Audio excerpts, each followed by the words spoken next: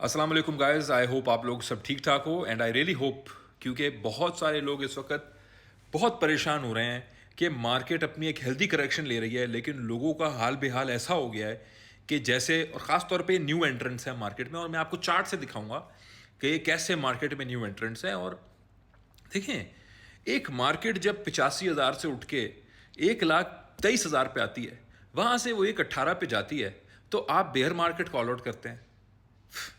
हैरत अंगेज बात है। आप जब मार्केट सोलाना भी अगर करेक्शन करता है $15 की, तो आप बेयर मार्केट कॉल आउट करते हैं। XRP अगर 1.9 से उठता है और 3.6 पे आता है और फिर 3 पे आता है, तो आप बेयर मार्केट कॉल आउट करते हैं। डॉट अगर 3 से उठता है और 4.7 पे आता है और दोबारा 3.94 पे आता है, तो आप बेयर मार्केट कॉल आउट करते हैं। इथीरियम 1500 से उठ के 3800 पे आता है और फिर 3550 पे आता है, तो आप बेयर मार्केट कॉल आउट करते हैं। आप मार्केट का टॉप इन कर देते हैं। डेफिनेटली हम डरे हुए हैं, हम घबराए हुए हैं कि कहीं हमसे मार्केट का जो टॉप है वो मिस ना हो जाए, हमसे सेलिंग अपॉर्चुनिटी मिस ना हो जाए। देखिए, मैं भी इस बात पे डरा हुआ घबराया हुआ हूँ, मैं भी इस चीज़ को देखता हूँ, मेरी भी इस पे नज़र है और मेरी भी पूरी कोशिश है कि मैं चार्ट्स को सुनूं। मैं इस वक्त लोगों को नहीं सुनूं। मुझे जो चार्ट्स दिखा रहे हैं, जो चार्ट्स कह रहे हैं, मैं उनको फॉलो करूं। फिर अगर वो चार्ट्स गलत हो जाएं, कम से कम मुझे मालूम हो कि मैंने अपने हक से पूरा एनालिसिस करके, नेक नियति से, अपने छोटी अक्ल इस्तेमाल करके जितना हो सकता है मार्केट को समझने की कोशिश की है। और उसके बावजूद भी अगर मार्केट ने जो सारी साइंस थी और जो फिजिक्स ऑफ मार्केट थी उसके अगेंस्ट गई है मार्केट, तो ये फिर अल्लाह की तरफ से मेरा नसीब था और मैं उस पर शुक्र अल्हम्दुलिल्लाह करूं और मैं नेक्स्ट मूव की तरफ बढ़ूं। लेकिन मैं चार्ट्स को सुनूंगा, जो मार्केट की फिजिक्स है उसको सुन के समझूंगा, रैदर देन मैं लोगों को बैठ के सुनूं और जो यार ये कह रहे हैं नीचे जाएगी या वो कह रहा है ऊपर जाएगी। डायरेक्टली चलते हैं, चार्ट्स को देखते हैं। देखिए, सबसे पहले फिजिक्स ऑफ मार्केट को समझने के लिए मनी सप्लाई को समझना है। डॉलर अभी भी वीक हो रहा है, ये डेली चार्ट है डॉलर का। डॉलर के वीक होने का मतलब है, और कॉन्स्टेंटली डॉलर रेड कैंडल्स में है, बेशक मार्केट नीचे जा रही है, डॉलर रेड कैंडल्स में है। इसका मतलब है कि इस वक्त मार्केट के अंदर पैसा एंटर हो रहा है और इस वक्त पैसा छप रहा है, जिसकी वजह से पैसे की जो ताकत है वो कम हो रही है, क्योंकि उसकी सप्लाई बढ़ रही है। और जब पैसे की ताकत कम होगी तो बाकी मार्केट्स ऊपर जाएंगी। अपार्ट फ्रॉम दैट, 7 साल की ये रेजिस्टेंस तोड़ी है बिटकॉइन ने और अब इसके ऊपर खड़ा हुआ है। 7 साल की। जब तक ये लाइन नहीं टूटेगी, जब तक बिटकॉइन 1,16,250 से नीचे नहीं जाएगा, तब तक मैं इस लेवल को मार्क नहीं करूंगा। ये लेवल हमारा बनता है, यहां से जो बॉटम से लेकर टॉप जो आया है उसका 50% लेवल बनता है ये, जो कि लाख पे बनता है। लेकिन उससे पहले 1,10,000, 1,11,000 भी हमारा आ सकता है। लेकिन फिर कह रहा हूं, वो सिनेरियो तब है जब बिटकॉइन 1,16 को तोड़े। मैं ग्रुप में भी शॉर्ट दूंगा, ग्रुप मेंबर्स को भी मैंने सुबह मैसेज करके बताया है, क्योंकि देखें, मार्केट को तो कोई कंट्रोल नहीं कर सकता ना। अब जो भी मार्केट पैटर्न्स बना रही है, to the best of our knowledge हमने उन पैटर्न्स को मैप करना है और अपनी नेक्स्ट मूव को प्रोबेबिलिस्टिकली मैप करके उस हिसाब से अपने आप को प्रिपेयर करना है। तो मैं तो सुबह सुबह उठ के ये चीज़ आपसे शेयर कर रहा हूँ।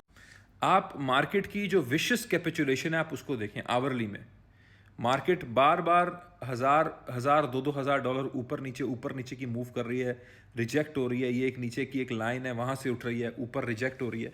एक चैनल में इस वक्त बिटकॉइन घूम रहा है और जब बीटीसी इस चैनल में घूम रहा है, मार्केट ओवरऑल बेरिश हो रही है।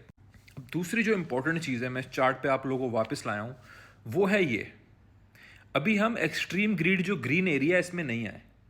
मार्केट का यूफोरिया हमेशा लगता है जब मार्केट एक्सट्रीम ग्रीड के एरिया में आती है, वहां पे हम नहीं आए।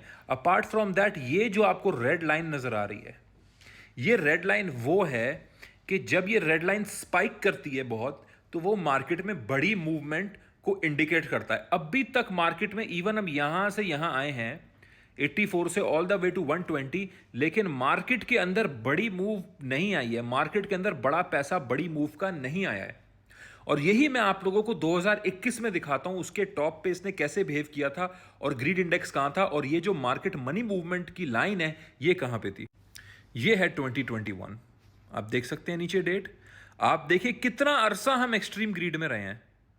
हम लोग कोई 1.5 महीना एक्सट्रीम ग्रीड में रहे हैं और उससे पहले भी हम इसको टच करके नीचे आए थे। फिर हम 1.5 महीना एक्सट्रीम ग्रीड में रहे हैं और आप ये चेक करें इस लाइन ने कैसे स्पाइक किया है। ये लाइन दिखाती है कि मार्केट में जो मनी मूवमेंट है वो बढ़ी है या नहीं हुई है, जो to the time money movement है। बस इस चीज को याद रख लो कि ये लाइन स्पाइक करती है अगर मार्केट बड़ा पंप ऊपर ले या बड़ा डंप नीचे ले। तो इस वक्त इसने मूव ही नहीं किया ऑल द वे। जो हम लोगों ने अभी की जो मूवमेंट ऊपर ली है, इस लाइन ने मूव नहीं किया, ना ही हम एक्सट्रीम ग्रीड में आए हैं। आप देखें ना 2021 में कैसे इसने ऊपर मूव किया, इसने टॉप बनाया, एक्सट्रीम ग्रीड में आए, फिर यहाँ आए, फिर टॉप बना, फिर हम नीचे गिरे और इस वक्त ये डेड पड़ी है। वॉल्यूम मार्केट में आना बाकी है। दूसरी चीज़ है यूएसडीटी जो है, जो सबसे बड़ा स्टेबल कॉइन है मार्केट में, उसकी ये एक सपोर्ट है जो उसने टेस्ट करके वहाँ से उठाए।